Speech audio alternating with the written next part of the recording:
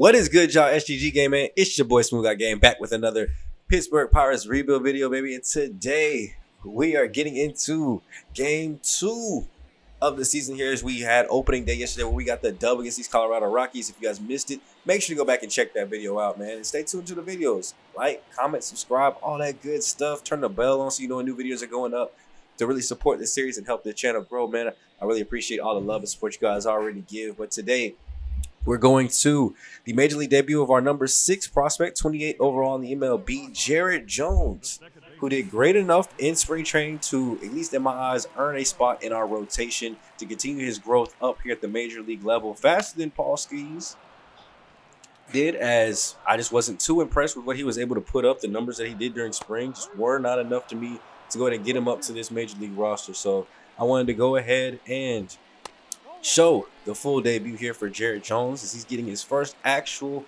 regular season cut, so not spring training, not just a little 3-inning, 1 innings of work. No, we're getting a full game experience, and the very first batter he faces, Brendan Rodgers, is his first career Major League strikeout. So let me know what you guys think down below. The first guy that we bring up out of our minor league system, Jared Jones, is the first person we bring up. I guess you could technically say, since he played first, Tamar Johnson, because they both came up at the same time, but Johnson's got into his first game first. But Jones already coming into this game looking strong with a couple of strikeouts and big offensive run support here. A double, home run, and just like that, we're up 6-0 here in the second, and that's what you want to give your rookie starter, man. Give him something to go out there and just be happy. Let him be able to pitch confidently. When you have a 6-0 run, you know that they've got to, like, basically kind of bat around to even tie the game up. They let you go out and pitch nice and comfy like this. Get 2 balls on the ground in the air. 2 quick outs here as he goes 2-2 to Sean Bouchard. Swings and misses at the 4-seamer upstairs.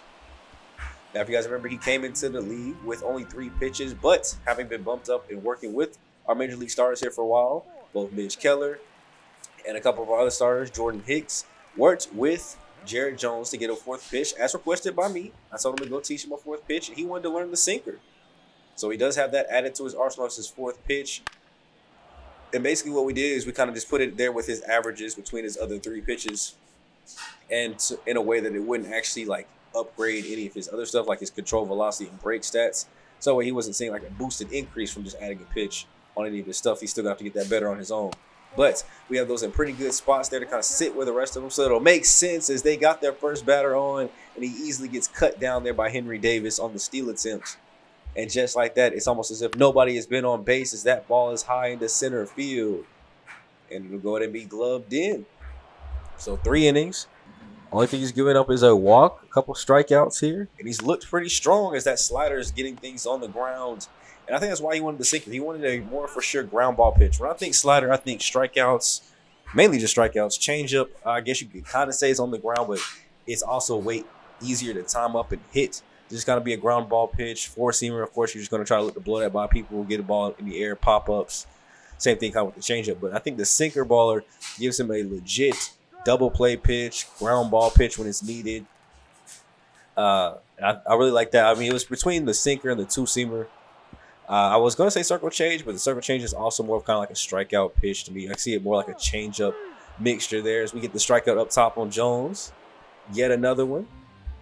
And that's one of Jared's strong suits, too. His K/9 is really, really good, considering where he is at in his career. Only 22 years old. So plenty of time to grow into that A potential that he does have. I think it is like 90, so like the lowest A that you could possibly have. But still a 90 overall potential. Would be nice to go to have in the rotation as he finishes this inning off with not 1, not 2, but 3 Ks. And it's 9-0 now for the Pirates. And we have still only seen now 2 walks given up to the Rockies. Chopped this in 1 foul. As they finally have a runner on base. This is no outs too. So this is probably the best scoring opportunity they have here. As this was on the ground at third base. Throw pulls up off the bag. That'll be an E5 there. So still not a hit. Keep in mind. But they will have runners at first and second here. No outs. But with a 9-0 lead, you can still pitch confidently. You can still go at guys. And he's throwing that 97, 98 mile per hour fastball right by people's eyes. And getting the check swing down low as Mejia will go ahead and go sit down. And they'll bring up the top of the lineup for the Rockies. Brendan Rodgers chops this one on the ground to short. O'Neal over to Johnson, who goes to first for the 6-4-3 double play. And just like that, we've got 6 innings of ball and still not a single as we go to get a strikeout there. Still has yet to get a single hit here through 7 1/3 as we fly this one out towards foul territory. In the stands, it'll be gloved in. Those are the type of plays that you need your defense to make if you're going to go ahead and be successful with what kind of pace he is on. As that goes over to shortstop, great slide by O'Neal, and the throw will get him. From most errors last year to making gold glove sliding plays, this team is really showing out for their rookie here as Jason Hayward takes this out to left, and it'll be gloved in. 7 1/3, no hit ball. It would be a perfect game, but obviously we had the 2 walks and the error. So it's not like they haven't had guys on in positions to score. But Jared Jones has worked his way through all of them. Bouchard lines this one up the middle, and it'll actually be the first hit, as that might be the commentator's curse, man. As soon as they show the stat line of the no-hitter, 2 pitches after, we go ahead and give up a liner. And now Jared is getting tired, so it's going to be up to him to see how much deeper in the game he goes. I want to see if we can get him the complete game shutout if possible. But it's not going to be easy. He has to face the bottom of the lineup here, and then we'll have the top of the lineup in the 9th. But with a 10-0 lead, I feel okay with letting him see exactly how much we can get out of him. And here, pitch number 102 will be chopped on the ground over to third base, going over to second, and it's another error just like the first. This one had plenty of time to set his feet. So the 2-time Gold Glover, Brian Hayes, looking a little off here today for his rookie. Maybe he's mad that he's up here at the starting lineup spot. I don't know. Because he's the only one playing bad defense as we almost get the swing and miss there on Montero. 1-2. Check this swing. They're going to call it at the home plate, though. Another K. Leaving it up to Francisco Mejia. Final out here in the 8th, and he'll swing through the sinker down low. That's another strikeout. I think that's got to be 10 here on the day for him. As we're going to go ahead and let him get the 9th inning if possible here. He is out of energy completely. I wanted to see if they would let him do it, so I actually jumped in full game status here too as well to make sure that he didn't get pulled until I wanted to get pulled. I knew if I gave up a hit or a walk here, they probably would go to the dugout. They probably wouldn't even let him come out for the 8th, honestly, with his pitch count energy.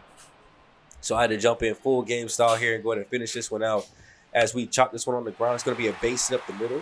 No reason to worry yet, though. They, at this point, literally have to hit around because they got to score 10 runs. There's only 9 batters. So we are good, chilling, and it'd be great to get out of this first game with a complete game shutout for the rookie if we can, as this one's flight out to left. Reynolds gets a slow start on it as he was flat-footed, just watching it come out to him. Not able to make a play on it, but he will keep the runner at third base. I don't know why he was just kind of standing there waiting on it. Maybe his reaction, this has to do with his reaction time being low. But he kind of stood there and waited on that one, still got like halfway to him, resulting in the 1-out double there for them. So Ryan McMahon chops this one on the ground over to Johnson. That'll ruin the complete game shutout, but it's only 1 run, so we still have a chance to get out of here with a complete game. And the only man staying between that is the 0-for-3 Jason Hayward, former Braves All-Star. As here with a 0-1 count, he'll lift this one off, trying to re-show some of that All-Star power as that ball is out of here. It just kept carrying, and you know how Coors Field is. Balls in the air tend to just fly. As Hayward takes that 430 feet for his 2nd home run of the season. And just like that, is a 10-3 ball game here for the Rockies. I guess I should say for the Pirates, because we are still up.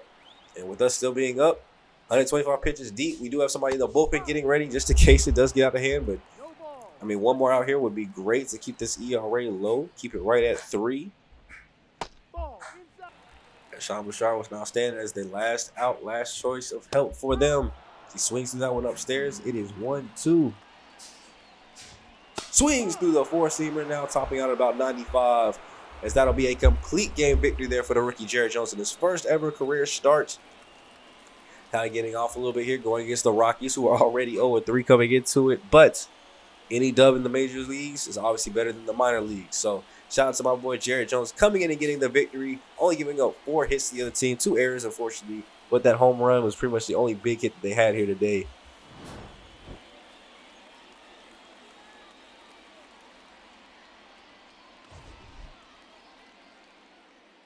4 hits, 13 strikeouts is where he ended up finishing off with. Our bats got active today, 11 hits. So shout out to multi-hit games from Armstrong, Hayes, Reynolds, and Tamar Johnson, the rookie, going 2 for 4 today.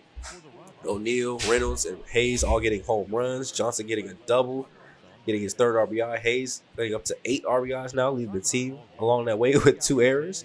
But Jones, really impressive here. 2 walks, 4 hits, 13 Ks, though, for the other team. That boy was throwing the pill all over the diamond, keeping these guys confused and off balance. And all we did, and we barely, I think, even threw the sinker pitch to anybody. I mean, if you look at the pitch right here, threw about 16 of them. I guess, okay, I can't say barely. That's the second most pitch that we threw. But that was because the slider and changeup weren't really finding the zones. Like, I like 60%, 58% on those strikeout rates there. He was keeping them off balance, but a lot of those taken for balls. But was able to get 2 strikeouts off the slider. Changeup, we were able to get a couple outs and swings and misses. But that sinker worked for 2 more strikeouts. It was just kind of working all over the zone. Of course, the 4-seamer is going to do his thing with 86 of his 100-something pitches. We're the 4-seamer in itself. And it'll actually lead us to go ahead and start jumping ahead into the season a little bit. Now, we're not going to play, obviously, every game. Here early, we're going to slow down the pace a little bit. And then if the team keeps being good, it'll stay decently slow. But we'll speed up if we start to fall off. And here against Colorado, we end up winning the series 3-1. Winning the next game out 9-2. Scoring, looks like 4 runs in the last 2 innings, 16 hits as a squad. Everybody getting a double-digit hit except for Jared, Henry, and Pete. Multiple home runs there from Cabrian Hayes, getting 3 more ribbies and a double to go along with it. And Marco Gonzalez, 8 innings, 2 earned runs as he put together a great start before we lose the finale 5-3. Still got 12 hits as a squad. We just weren't capitalizing on scoring them this time. And Bailey giving up 5 earned runs in his start. So after that, we go on the road to LA. End up getting swept by them, so that kind of drops the record down quite a bit here. As you can see in Mitch Keller's next start, we lose 7-3. 2 of them getting earned to him, but Johan Oviedo once again doing terrible work out of the bullpen, and then Jordan Hicks giving up 1 as well, losing the next one 11-4. And Jared Jones' second start, only 3 1/3 this time, 7 earned runs. So hopefully, those 3 in that last inning didn't do something to his confidence, as that is not a very good performance the next day out. Shout out to Pete Alonso getting another home run. But we go back home now for our first home series here against Atlanta and the Mets. As you can see here, we are winning game 1, 1-0. Go ahead and take that shutout out the way and get in here to game 2 where Bailey Falter going for a shutout as well, up 3-0. We simulate that one. We were able to go ahead and get that one completed. But that'll actually start off our first set of scouting assignments too. And this year around, what I'm looking for is going to be continuing to find the best talent possible in the corners of the field and possibly some more relief pitching. Now, shout out to Pete Armstrong here. I do see he had a double home run, so my boy was on that cycle watch. But the things that we're looking for, corner infield, corner outfield. I know I have listed here center field from last year. This time we're going to directly focus on left fielders and not just scouting the whole outfield and just thinking that I'll move people. We'll actually scout and focus on left, right, and then first base. Kind of deciding between first base and third base, which one will be more important. Both the way Cabrian Hayes is playing, and he's still like 27. I want to say need one, but it is a position where we don't have somebody good underneath. Now, before this too, I also wanted to change up my scouts. I wanted to get more efficiency here and see how efficient we could get, because I mean 84-72 is pretty bad. Even the guy that we do have efficient, he's done the 70s in his discovery and the different types of players. So just wanted to see if we can go ahead and upgrade those spots if possible. One thing I see here is Kevin Santos, great efficiency, great on his position player, and actually great discovery for around the same much as James, so like 5,000 more. We got 14,000 extra to spend, so we're going to make that switch, dropping us to 10,000 in our remaining scouting. So we're trying to get guys that are kind of like what we already have. David Sanchez here with 94 efficiency, 98 on the 93 on the position players. We're going to swap him out as well, actually increasing our remaining scout balance. And then last but not least, we get Avery Stewart as well with the 94 efficiency. So getting guys that are going to be really, really efficient, and especially for position players, since that's what we're looking mostly this year. And what we want to break down is what regions have the best prospects in the cycles that I'm looking at. So is there a notable region that has a lot of good or interesting prospects that we want to get eyes on? Because this year we have, if you remember, the number 2 pick, we have 2 second-round picks at 42 and 72 and 78. So 4 top 100 picks, 2 top 50 picks. We got to make at least the 2 top 50s count the most. I got to get guys with blue as far as their potential, maybe even high overalls coming straight out the gate. So first thing we're going to look here is center field in the East. I saw a lot of guys like-minded there that were doing pretty good. Here in left field, we got Phil Murdoch. 14th overall on our board and the MLB board. Great offense, great defense. Just doesn't have a lot of speed. Scott Foreman here has got good contact, great defense and speed. 58th on the board. Out in Connecticut, we got Alex Ramsey from Canada. Great contact, decent power against left, good defensive speed. Justin Goodman in Illinois, good hitting, good overall player. Like not even just hitting, like just good overall player in general. So we definitely want to go ahead and take a look at those ones out there in left field in the Central region. And then coming over to first base, I see Puerto Rico here with Julian. Preston's in Illinois, so that would be Central. Dominican Republic with David Reyes. Netherlands with Dan. So I mean, 3 of the 4 top guys are international. So we want to go ahead and look at first basemen in the international region. So getting 15% on all those guys, seeing how that builds out here for the first week. And then we'll just kind of basically go from there, get a large group, start focusing on specific players as they look interesting to get full reports done, because that second, at the very least, the number 2 pick needs to hit. And a lot of times the starting pitchers are going up there. We don't really need any. We could use some as depth, but we have a lot of young, good arms. So I'm more so focused on getting our fielding and stuff like that better. Letting the guys that we already have developing into our roster. And then here, we are going to play game 3 of the Braves series. Why? To see the other rookie that's come up this year that kind of flew under the radar, Jackson Wolf.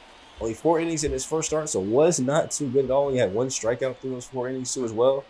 But he's coming into a series here where we've actually been dominating the Braves pretty well. Haven't given up an earned run yet in the first 2 games of the series. Now I wanted to go ahead and get a look at him and see how he slid and came up to this roster. One of our only lefties up here.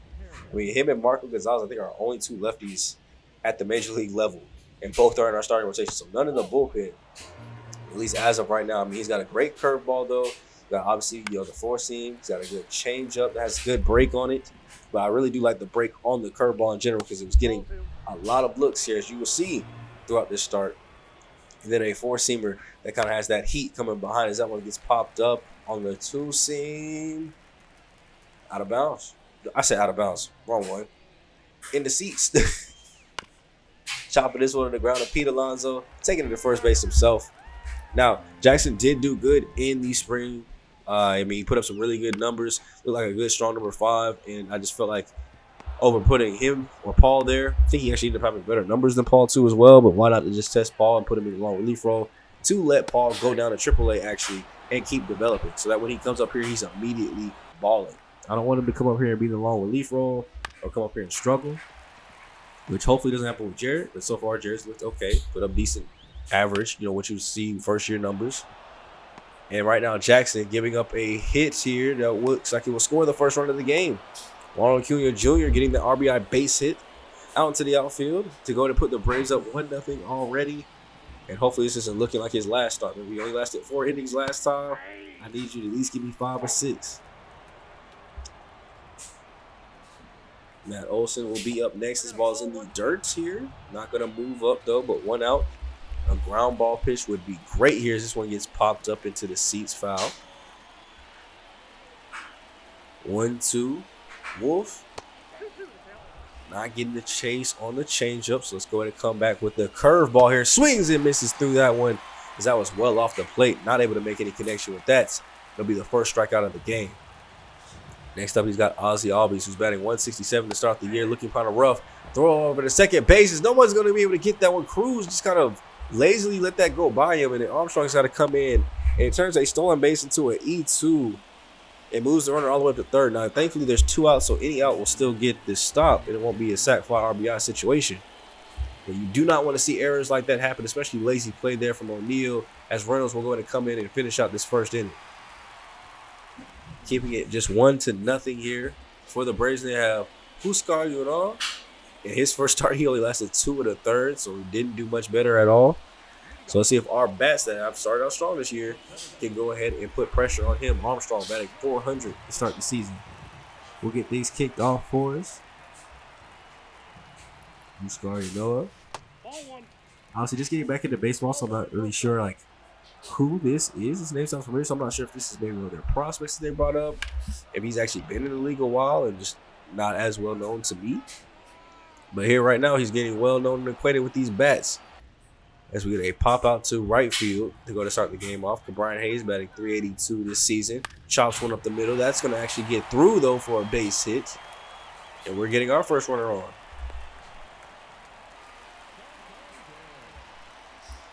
Anthony Santander batting 344 as he pops this one out to right field, going back to the warning track, but he'll go ahead and settle underneath it, catching this one with ease.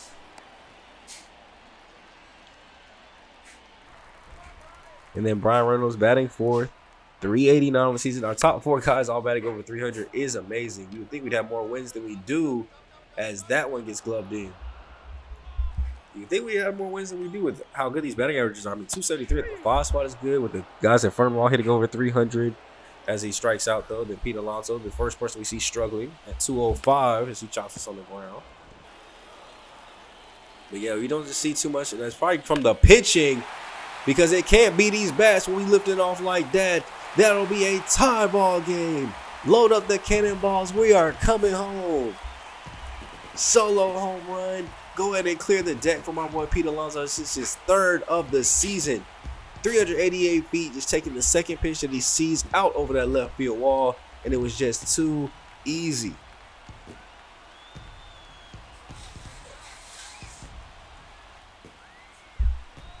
My boy had the lights turning on and off, pulling out the sword. And I think that's like their number one celebration. When you get out to Duggan, everybody gets to just wield the sword. It's like the turnover chain in football. As now going to pass that sword up, the rookie Tamar Johnson needs it.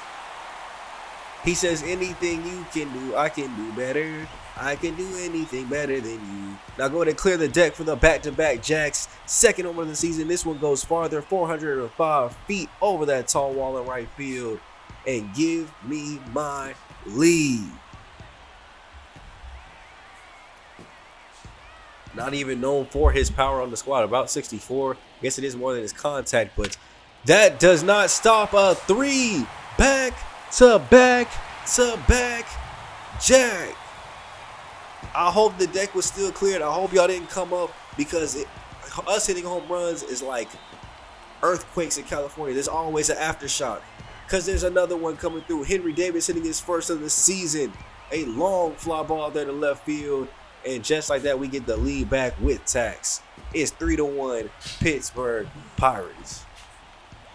Uscar know he's got to be feeling a little rattled here. You threw basically 3 straight pitches, because all those were, well, except for the first one, were the first pitch of the at bat. So you threw 4 pitches, and 3 of them got smacked for homers. You know he's shell shocked here, because after him, 3 back-to-backs, Jarrett gets one up near his face.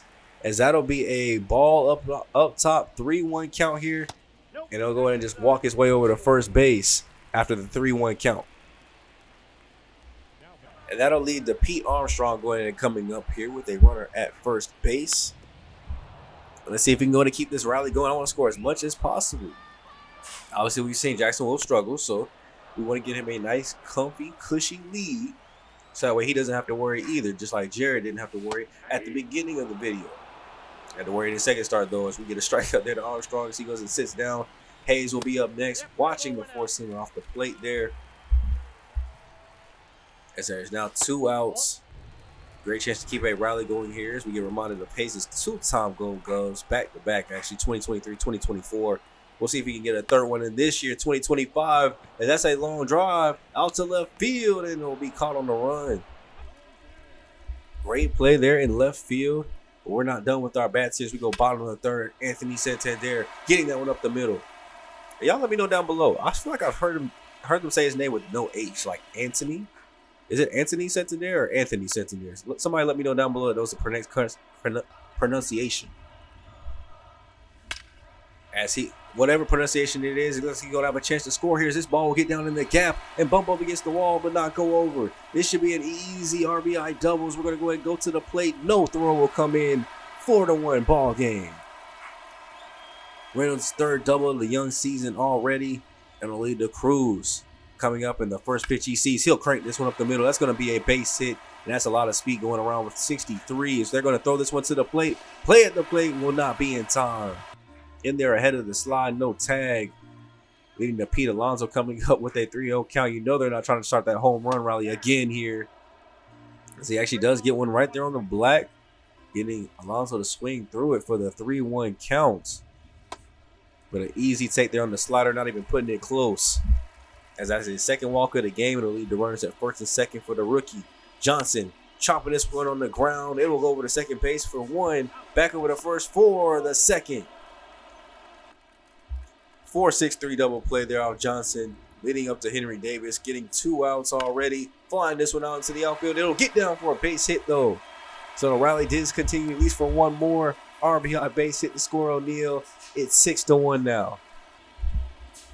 Doubling up the runs here in this inning. As a wait, are we still not done? Jared popping this one into shallow territory and will not get down.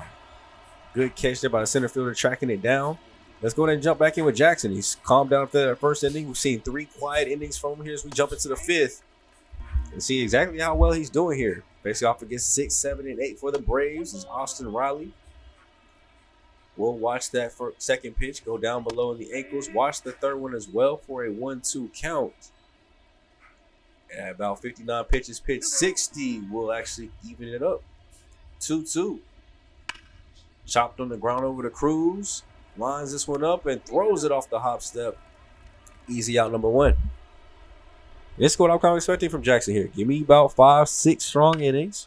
We'll let the bullpen take over from here. If you're tired, of course, as that one gets over the wall for an automatic double. One of those third of the season. But with 2 outs here, you can still just get 2 fly balls and be out of here. Marcelo Ozuna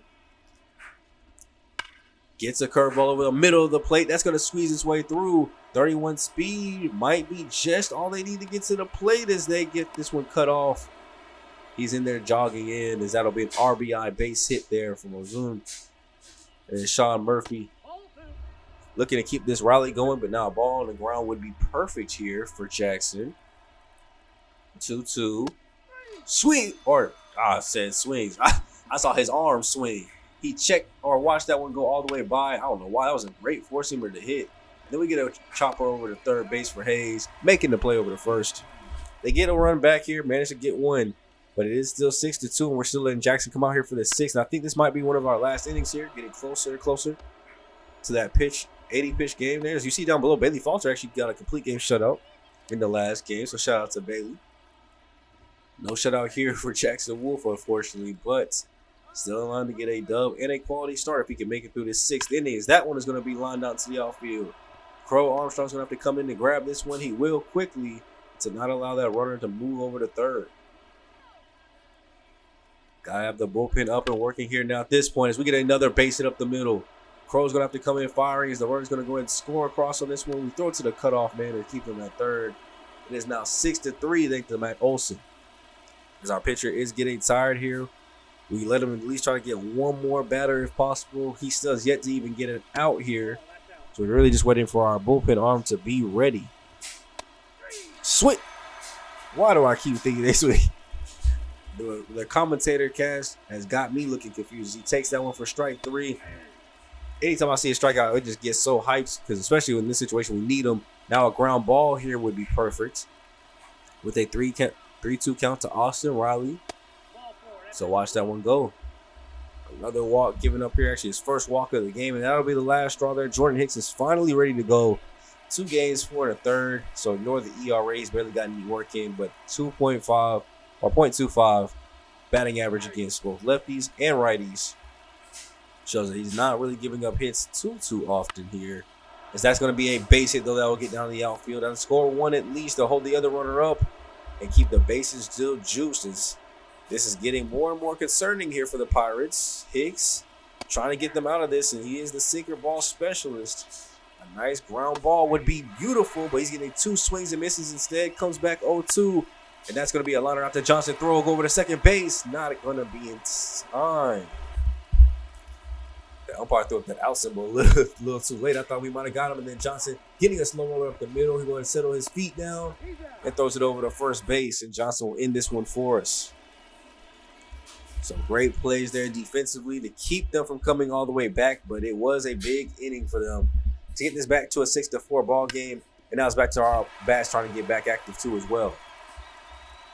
We had kind of slacked up a little bit after the 6-1 lead. Thought we could take the rest of the game off, so it's time to go ahead and get right back active. These were the first two guys that we got on, and I thought we might have had back-to-back hits. He timed that 12-6 well, but it was right at their second baseman.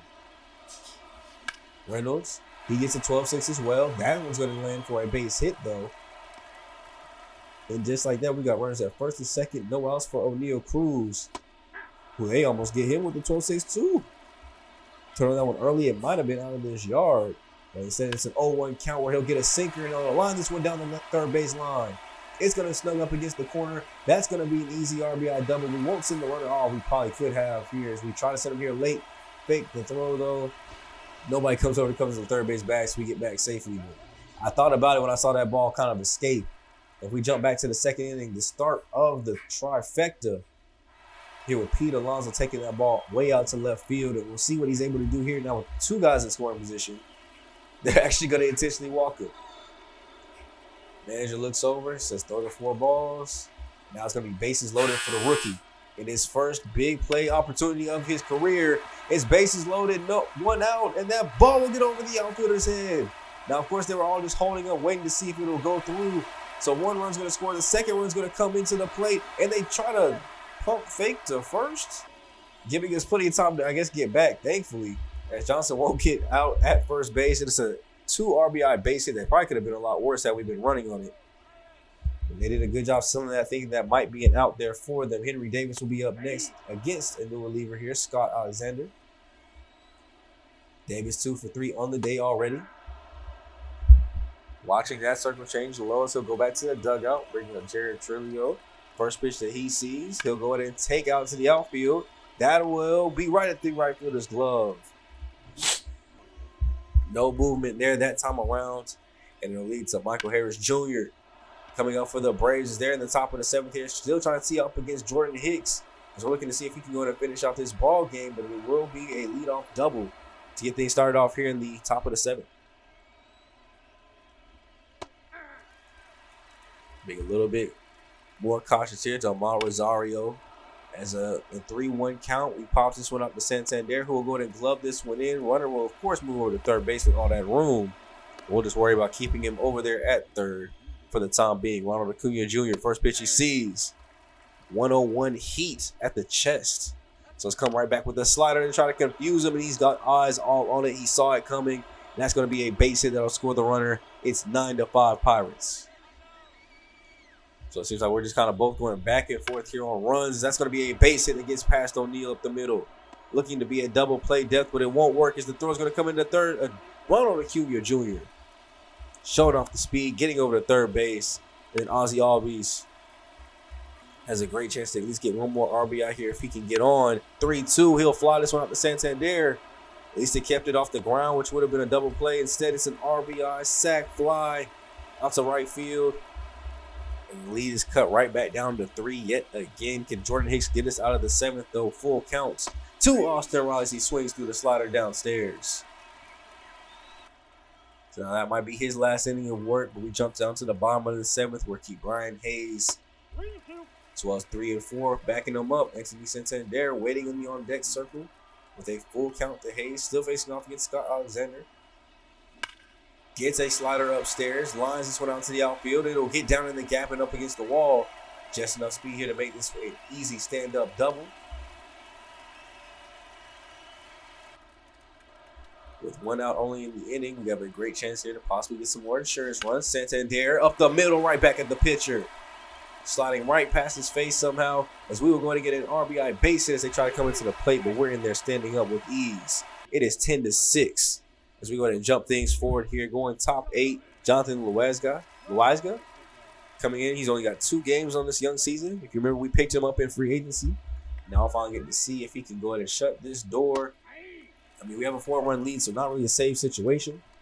So maybe he can go ahead and just get these last 2 innings and get us out of here. But not if you're going to give up long, deep fly balls like this. I didn't even see that one come back in the park. That thing left here. Solo shot home run there to Orlando Arcia, his first of the season. Out to dead center field. You wouldn't think 409 would be enough to go out to dead center field, but here in this park it is. As now it's back to a safe situation. So you might see our closer coming in the bottom of the ninth now. As Johnson just looks to finish out this 8th inning. Getting an easy pop-up from Ozuna. And then Sean Murphy, 2-2. Swings and misses through the circle change down low. Finally getting my calls right. As we got Michael Harris Jr. at the top of the lineup here. Flies this one out into right field. This one's going to easily be up against that wall. This should be a double here. So he's going to go ahead on the second base, sliding in on the stomach. Amon Rosario, 1-2. Chance to keep this rally going. And so chop this on the ground to Pete. Take it over to the bag himself. And just like that, we have a 10-7 lead here heading into the 9th inning. And they're going to bring in Ronaldo Lopez. 9 2/3 innings pitched this season. 5.59 ERA though. So plenty of work. Dealing with plenty of runs. But that's not what you want to see when a team is already giving up 10 already. As Pete Alonso gets this one out to the outfield. That'll bump up against the wall. This should be a double here. So he's going to go ahead and chug his way on across, sliding in on that belly. And it's a leadoff double there for Pete Alonso. We skip ahead after a strikeout. Henry Davis will chop this one on the ground. First baseman will dive. Stop it at least. Throw goes over to first, and they got him. Moving the run over to third base. As Jared Trillo has a chance here, 1 for 3 on the day to get an RBI, and he will cash in on it.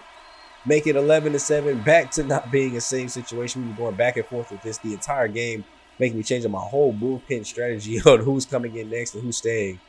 As they go to their bullpen and bring in Tyler Matzek. As after 2 outs, they had seen enough. They just want to get out of this inning. Pete's going to drop down a bunt over down the third base line, and he's going to fumble the ball, but I think he would have been safe regardless. Now keep the 2-out rally going for Brian Hayes, who is 3 for 5 on the day. Can we make it a 4-hit game? Tyler in a 1-0 count. Gets a slider upstairs. Hayes got underneath it a little bit as the center fielder will go ahead and glove this one in. And just like that, we're only able to cash in on one. But we're going to bring in the rookie, another one, Bubba Chandler. Second game of the young season. He's gone to inning in the 3rd already. Giving up probably just 1 earned run as that ERA is at around 6.75. So these outs can be crucial for him. Without it being a safe situation, we just need to come in, grab these 3, and let's get out of here. Olsen with the shift on, gets this right over to Cruz. Easy play. And now the Braves are down to their final out in this one. Ozzy Albies, 0 for 3 on the day. Chops this one on the ground. Beating the shift this time, even though they hit into it, as Cruz could not get there in time. And that gives them a little bit of life here for Austin Riley. 0 for 3 on the day. Looking to possibly change that around and start being a hero. 0-1. Watching the curveball down low. Gets another one. Chopped on the ground to Cruz. He'll set his feet, fire down to first base, and they get him by a long shot there. And that'll end the game for your Pittsburgh Pirates, baby, as we come out of here with a dub. 11-7 victory here as the bats were on full display. But as you guys can see, when the problems come in, man, the pitching. We gave up 7 runs here today after giving up 0 all series. Got to get that worked out there. But, hey, we were able to go ahead and do our thing. Get out of here clean and cut. Got 19 hits as a squad. Shout out to 3 hits from Hayes and Santander. 2 hits by everybody else. Crow only getting that 1 bunt hit. We were not hitting too good with them at the top of the lineup. But shout out to the home runs. We got that trifecta going through. RBIs, Cruz is now up to 6. Santander's at 10. Alonso's at 8. Trillia's at 3. Reynolds at 6. Davis getting his first 2. Johnson getting up to 9. And then Wolf 5 in the 3rd. 4 earned, 5 Ks. We'll take that. ERA getting a little bit bigger. A little bit, though, 7.71. Got to get better work from Hicks and Luis good there in the middle. But it actually brings us back into the series here after getting the series sweep against Atlanta. We lose the series against the Mets, losing 1-2, winning the middle game 8-3, but the other ones got losses. In the start of the season, we are 7-6, a game over 500, so not looking as bad, obviously, as we were last season. We're in first place in the division, half game up over the Reds, and we can only just hope it stays that way. This is the same division that all 4 of the teams finished at 90 wins while we were at 50. So, got a lot of ways to go here. Early, month in, couple weeks in, stats look. Pete Alonso, 4 home runs, 12 RBIs. Brian Hayes at 3-13 with 18 hits on the season, batting .367. Johnson, the rookie, batting .429 to start the young year with 18 hits, 8 runs. Sung Chi Chin, the other rookie, coming off the bench, hitting .417. A .429 on base is bad. Johnson's at .478, .421 for Reynolds. Hayes at .407. We got 3 other guys hitting 300 averages with Brian, Cabrian, and Pete.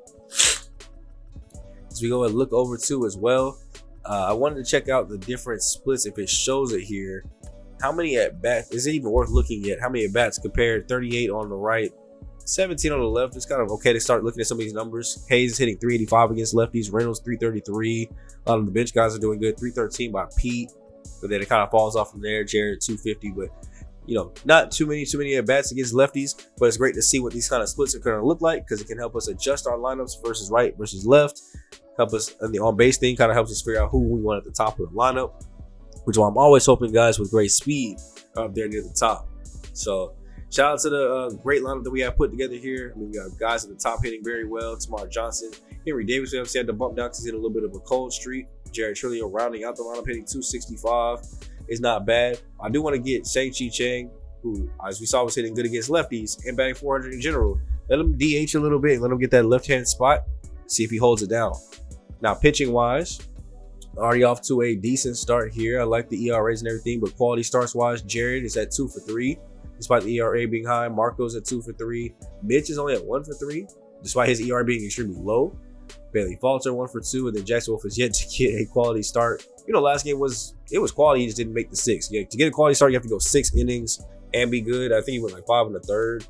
You have to give up less than 3 earned runs, and he gave up that less, but he didn't get 6 full innings. So that's why he doesn't have any. Of course, we have some guys instead of getting to see the field a little bit, but Mitch Keller has a 189 ERA in 19 innings. Marco, 22 innings, is at 286. We got some relievers that are doing good work. Bailey Falter has a 321 ERA in 14 innings, so he's done good. Just got to fix those high 5 ERAs. Thankfully, we only have 4 of those going up. If we look at here, some of the advanced metrics here, FIP numbers, we only have 5 guys above 4.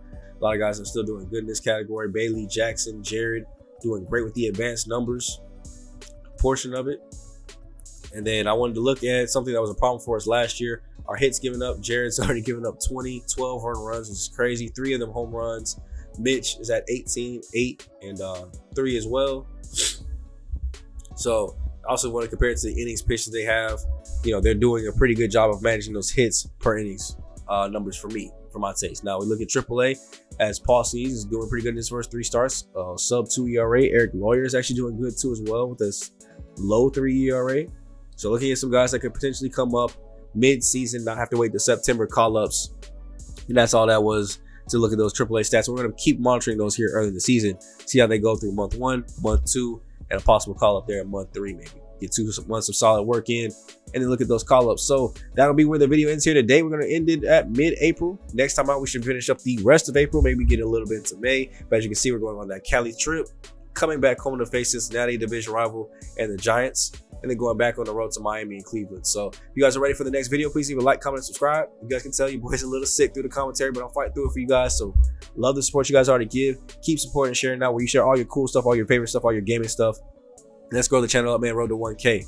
Love you guys so much. To be your boy SGG, aka the King of Games, aka GM Smooth. I'll catch you guys in the next Pirates Rebuild video. I'm gone. Later.